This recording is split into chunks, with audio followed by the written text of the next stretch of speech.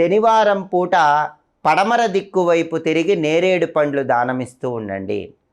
శుక్రవారం పూట ఆగ్నేయం వైపు తిరిగి అరటిపళ్ళు దానమిస్తూ ఉండండి. ఇలా చేస్తే కూడా క్రమక్రమంగా పెద్ద పెద్ద దరిద్ర బాధలు, ఆర్థిక ఇబ్బందులు అన్నీ కూడా తగ్గిపోతాయి.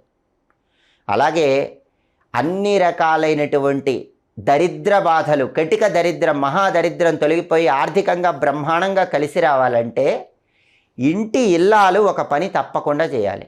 ఆ పని ఏంటంటే ప్రతిరోజు కూడా సింహద్వారము, గడప, గ్యాస్ పొయ్యి, ఈ మూడింటి దగ్గర ఆ పని చేయాలి. సింహద్వారం, గడప, గ్యాస్ పొయ్యి, ఈ మూడింటి దగ్గర ఏం చేయాలంటే చాలా సులభం. పసుపు రాసి గంధం బొట్లు పెట్టి ఒక పువ్వు ఉంచి నమస్కారం చేసుకోవాలి. ఇలా 90 రోజుల నుంచి 108 రోజులు చేయండి. ఖచ్చితంగా మీకున్న దారిద్ర్య బాధలన్నీ తగ్గిపోతాయి.